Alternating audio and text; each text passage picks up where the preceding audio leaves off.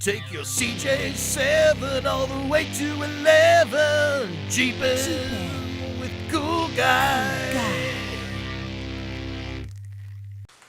Next, let's take off the antenna, or the radio antenna, because I want to save this one.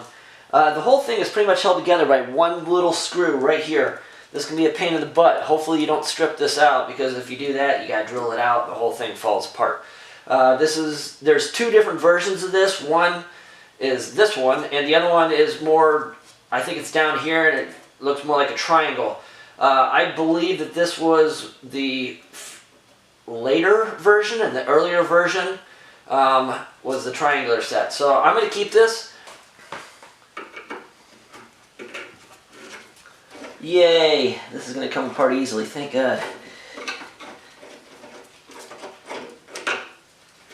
A little simple hinge screw falls right into place. And then right in here is another Phillips head that holds it into the main body. This one's a little bit more difficult. Might have to use a little bit of thread lubricant.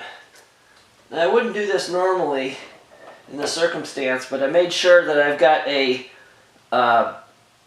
Phillips head screwdriver bit that fits deep and very snug into the spot, because I don't want to strip out this screw.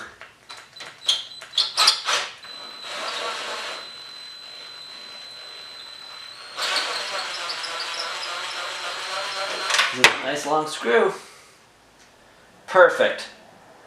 So there's your components. This is on the inside. This is just to keep the tension on the inside of the antenna when it's moving through the air at 35 miles an hour while off-roading.